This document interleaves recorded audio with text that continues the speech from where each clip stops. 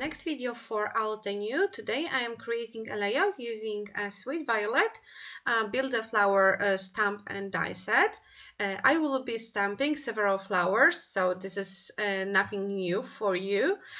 There is a layering guide on the packaging, on the back of the packaging, so I know exactly what I have to do with my stamps. This set contains of lines and the inner part of the flower, so you can use the stamp set in both ways. Use just outlines and color it whatever you like, or stamp the whole version with the outline and the inner part, and you will get a ready to go flower. And I am stamping multiply images, that's why I cut my paper into the smaller sizes, and I'm rotating it, so I don't have to remove my stamps each time. I just replace the paper by rotating it and adding new sheets. And after I stamped all the sheets with the one set of layers, I am moving to another one, and this is the second one, the solid layer of color all over the flowers, and I am using two color sets for the petals. The purple one is called Shades of Purple and the pink one is called Cherry Blossom, but you are not seeing me stamping with the pink one because I cut out this part to make the video shorter. And this is the second layer. This flower is very fast to stamp, and the set contains two flowers, I would say. So you have two different angles of the Sweet Violet flower, and I am stamping the last purple and pink layer right now, and I will have to stamp the inner part of the flower, which is usually yellow, but I will do that after all my stamping will be done, and I will do that without a stamping platform. When you stamp several similar stamp sets, stamps like I'm doing right now, stamping platform is a really great tool to use, and thanks to it you can quickly create like 20 of similar projects, and this is something what I always use when I make a lot of the same stamping images. So do you see how quickly it goes? You just stamp. When you fit the stamp, which is always the longest process for me, you just stamp and rotate, stamp and rotate, stamp and rotate, and it goes really quickly. Oh no, this is the last layer. I thought the previous one. The one with the kind of veins on the petals, and I have some extra help here. So this tiny hand was a hand of my daughter, and now I'm stamping the inner part of the flowers, and I have 6 sets of violets here. 3 of them are pink and 3 of them are purple, and I'm going to use them all on my page. There is also a leaf, but I will stamp the leaf later. I didn't use the stamping platform for the leaf because it's a very simple shape and you don't have to, you know, try to rotate it or something like that. It goes really fast, so I didn't use a stamping platform. I just stamped by hand, so it's also possible. With this flower, it's also a thing you can do, but it will take you more time than using a stamping platform, and the effect won't be exactly the same with each flower. And now I am stamping a leaf, starting with the outline, and I'm stamping it several times on the paper, and I will stamp the color on it later and see how quickly it goes. I'm using archival ink. It's ink that is waterproof, so if you would like to color it, it's also a good ink to go.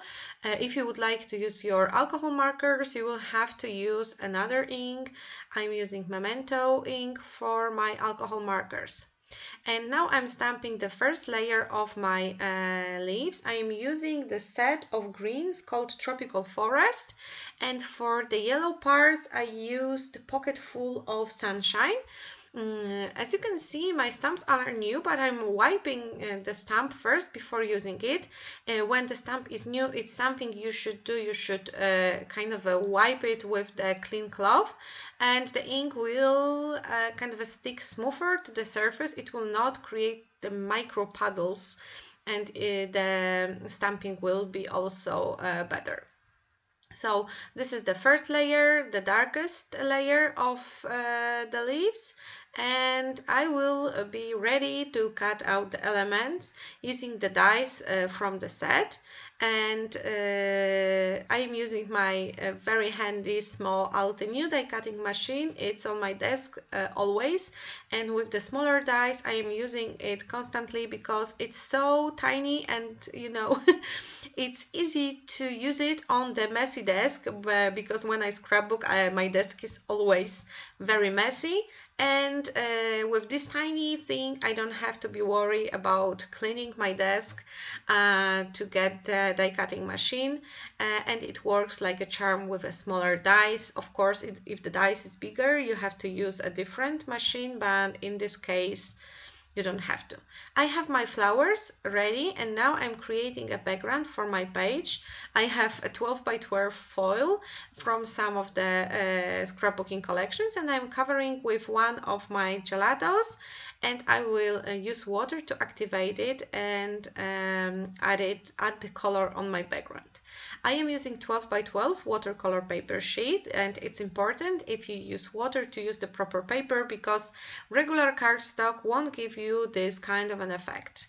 I am adding a little bit of water to kind of move the pigment because the gelatos has the texture of the lipstick, so it sticks to the paper and you have to add water to make it move. I'm also using one of the watercolor brush markers from Altenew. The color is, I don't remember, but it's the pink one from the Tropical Fiesta set, which is the newly released, and look how pretty it looks. It reminds me of a marble, I would say, and the effect is more subtle than if you would apply the color using a brush. And after my background is dry, I'm gluing down the background cut out with my Silhouette Cameo. This is the set of butterfly background. And forgive me, but I don't remember where it's from. I think it's from the cut shop, but I'm not sure. And I'm also adding my photo. I'm framing it with a piece of purple cardstock, and I'm also adding a piece of cardboard to add dimension so it won't lie flat on my background. Also, I didn't adhere the butterflies all over, so I just added a drops of glue. They are not glued flat, so they add another texture to my page. And now it's time to adhere the flowers. I am using 3D foam squares to do this because I like the dimension on my pages. But if you are here and you follow my videos, you already know that I'm a dimension freak. And I am mixing both pink and purple flowers with leaves, and all of them have some foam square beneath them. You can use pieces of cardboard if you don't have foam squares. You can use a fan foam, the one made for kids. This one is only I think it is sticky only on the one side, so you will have to apply the glue on the other side, but with a mixed media background it really is, I think, more helpful than using just the glue that is included onto the 3D foam squares, because in time they tend to unstick. I am using the ephemera pieces from Love Your Life collection. I don't remember, sorry. The name just fell off my head, but it's the newest Altenew scrapbook collection, and you can purchase the whole set like a collection, or you can purchase the elements from it only, so you can buy ephemera only if you would like to. And I am composing it into the into my flowers to add something extra. And I love those wood buttons, and I always use them on my projects if I have matching ones, because I love the texture they add to the page. And my composition is almost done, I would say, because I didn't add much more. I wanted the background to be visible. I wanted the flower shine, and I'm reaching for some other elements from the new Altenew scrapbooking collection, and I'm adding them to my page. But the flowers are still the main focus of my layout, and I am such a big fan of all Altenew flowers. And I love using stamps on my pages because they give such a unique effect. And the good thing is that you can make as much as you need. It takes time, but they will never run out. So if you like something like in ephemera pack, you always, I would say, save it for later because you don't want to use it, because you will not have it anymore. Well, with stamps it's not a problem, because you can make some new illustrations later, and this is why I love using stamps on my scrapbooking projects. I am also using chipboards from the same collection, or yes, I use some chipboards. And now I added my title. It's a beautiful view. It's of the camera because I used some very old stickers I had in my stash. I was just looking for something that matches the size of the picture and the theme, and I found this one. And I'm splashing my layout using a purple mist and a brush to add some darker accent, and that's it. My layout is ready. Here are the close-ups. You can see how pretty those flowers are. And thank you for watching. Don't forget to check the description box for the link to join the blog hop fun on my blog, and I will also leave you the links to the products I use here. Thank you for watching and see you soon. Bye bye.